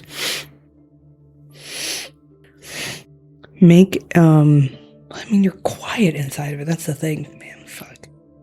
I'll roll to see. My deception was a 28. We're talking about like a bloodhound type animal, but you miss all the shots you don't take. It turns to follow the scent breeze, kind of interpreting that as the target moved all of a sudden, and so it kind of turns, and when it does, it kind of like lets out a clicky sort of like barky sort of noise. They make really weird noises because they're unnatural creatures. But it's like signaling the party. And they all sort of shift their attention to where the silver drake is pointing. So you've now got them to shift their attention, but they aren't like completely off your trail at this point. Drift is like, what are we gonna do? They'll fucking kill us. I will not let them kill me. Or any of us here. They're not gonna kill me. I might. I could go out there and like start barking orders at them. And that'd be funny. Do you know these people? Yeah, of course I do. Who are they?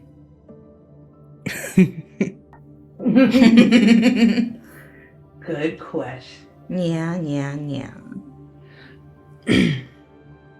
And meanwhile, she's like still doing prestidigitation just to push this out. So he says, well, the big guys, they're actually brothers. That's Norrell and Tack. That pretentious looking archer back there. That's Gorza. Gorza. Mm-hmm. Okay. They're an artist.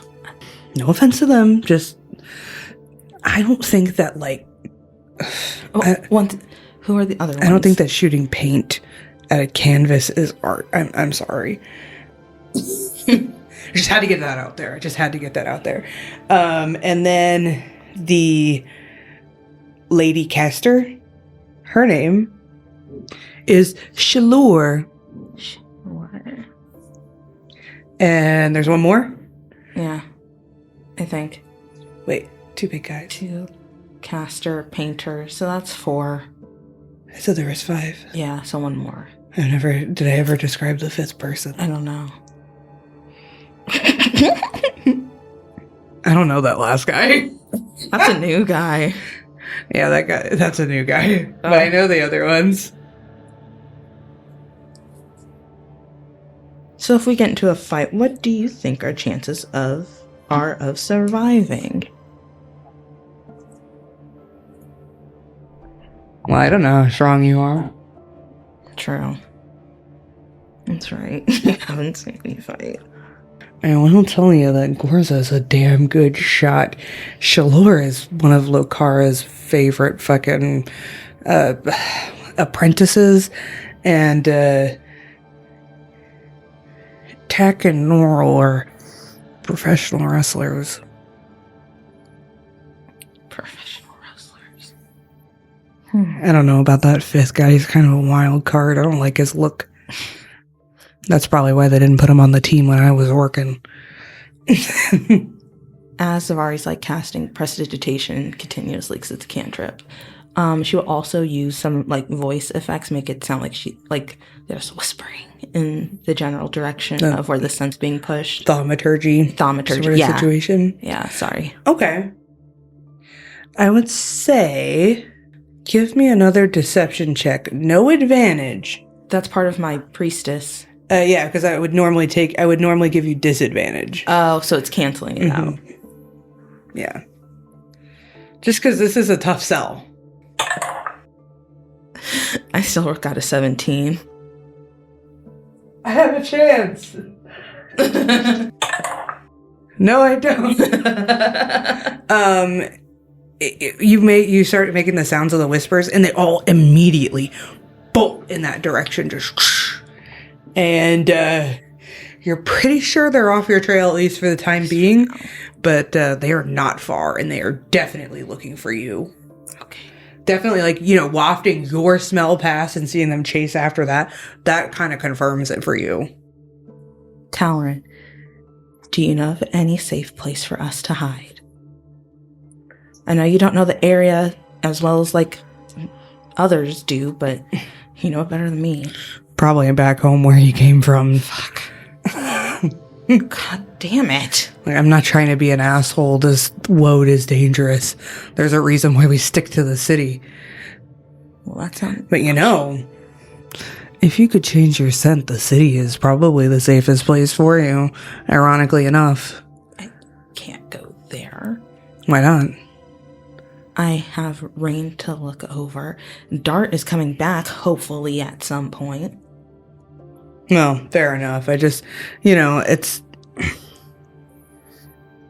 just an option, I guess. It's not only orcs in the city. I don't know if they know what you guys look like. I'm not sure. I mean, I guess they would. I mean, we're pretty iconic to look at. Oh, I guess they would. Never mind. Sorry. Scratch that. Because I already talked about how they know that he's been briefed on you guys. So I guess he would say, if you had a way to disguise yourself, being in the city would probably be the safest place from, all of the woad monsters. I mean, I don't know if there's anywhere safe from us. I mean, you'd have to go pretty far. I suppose it kind of depends. Protocol if we're being assaulted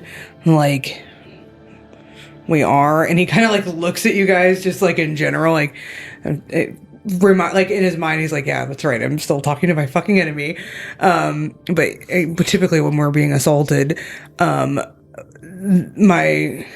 father will pull in the troops, so usually the outer layers of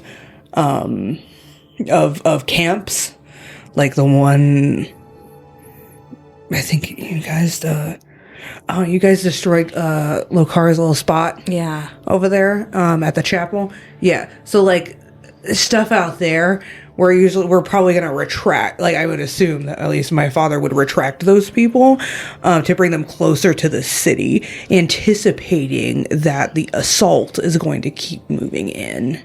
Well, so I suppose it's likely that the patrols are tightening up, I guess, closer to the city area. Okay. So that area's... Do you know of any close by little villages that they would have retreated from? Well, there's that, there's a couple of hunting camps. There's not any villages, they're just outposts, camps. Okay.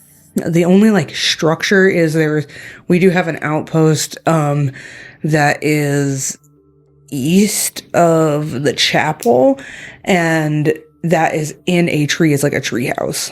Okay, let's see if we can make it there. Rain, get up, please. Rain. What? You have a headache. I see two of you. Do you have your duplicate out? Unfortunately not, and I would normally be so worried about that statement, but we do have bigger problems outside of the hut. Is there pizza? There are people with no pizza. No pizza. Boo. And they are Wait, what is this pizza that you speak of? Oh, it's amazing. Try it with ranch. What is it? What's ranch? Is it like it's like a sexual position or? Why do you go there? Or an activity? No, I don't want to talk about this. I have a One headache. second. Is it a sport? Orcs outside, guard drakes sniffing, smelling us. I bought us some time, but we should probably get out of here. Okay, I'll get up. Oh wait, you're like in your cocoon. I'll try to. Flux has cocooned you, Yeah. and is trying to hold you down, and you get, and Flux gives you like a little bit of a like tap, like a little corrective tap, like He bumped you. no. Fluxwell, what are you doing? Fluxwell. And hearing his full name, Flux like undulates grumpily.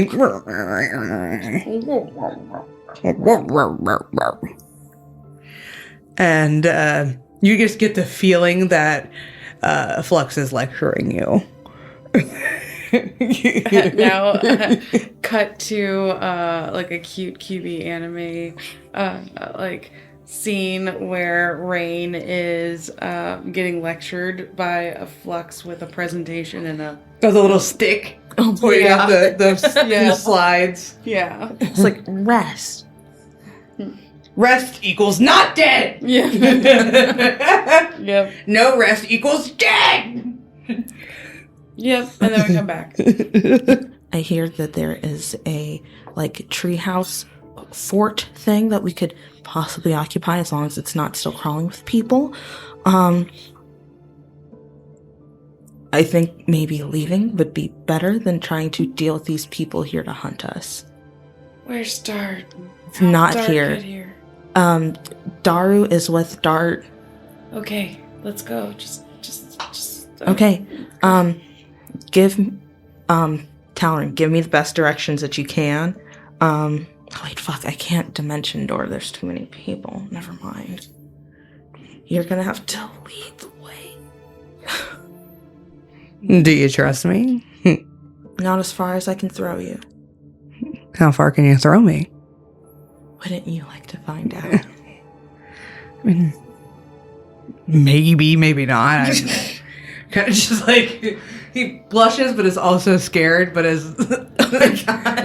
he's got a lot of conflicting emotions, messing with his masculinity right now. He just goes baby girl for just a second. It's like maybe Twirls his hair. and he just clears his throat. Rain is fully conscious for this interaction. I miss Zaris. Just no relation. Somewhere in Umbermore, Zaris is like, I miss Rain. And then Zaris really quick writes like a little love note. Miss you. And then spritzes it with his cologne. With summer rain. And then Zaris also tucks a folded, flattened, dried wisteria flower into the note and sends it off. Adorbs. But yeah, so you feel a shift in your diplomat's power. I can't get to it. Quick, it might be a girl. Or it feels like a girl. Oh, fuck. It's a community reference. Oh, I was like, sorry. He's like, what? Huh? Yeah, that's what it's... It's so funny. Okay, let's go and get out of here and do it quickly. So, likely against your better judgment, Zevari, you are following the lead of your enemy, taking you to an outpost of your enemy. Wait. Trying to... I mean, I'm not trying to scare you. I'm just... I mean, he's like, yeah, well, I can do my best. Like, let's go. Either way, it feels like a bad decision to leave or to stay. It's up to you. So there could be more than what there are here. Yeah. I can cast spells from this bed, yo. Maybe we should stay because Rain can't fight. I can pew pew from here. Drift is like, we're sitting ducks. That's my issue. Eventually they'll pick back up on the scent. I can't only make the scent go out for so far because it's a cantrip. Should we go to Dart? Let's just go to Dart. And put you on a battlefield? I can stay a distance away, but I can cast spells from this bed. Okay. I don't even know. How far away is Dart? It seems like a long way away. I mean, Dart's a fair distance away. Especially considering like the density of the forest or the density of the woad. Dart can travel through the woad a lot faster than you guys can. So I mean, it would probably take a few minutes. It's not like you would get there during Dart's fight. No, not at all. And Talron's like, I mean, you know, I can, if we see guys, we can always just back off. The only other places I could think of are, there are some random caves and stuff, but a lot of times there's creatures living in them. Yeah. And there's scattered ruins around here, but we've occupied most of the good ones. Rain, wake up! I need your help.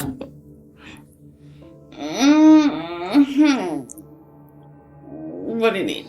You know I have decision paralysis. You know I'm not good at making decisions. Okay. Decisions are go to Dart or trust this dude that you just smoked with.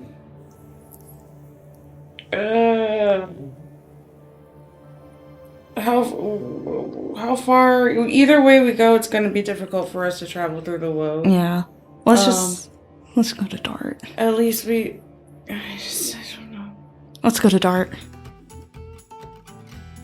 And yeah, that's the scene. I don't have like a quip to end it on this time.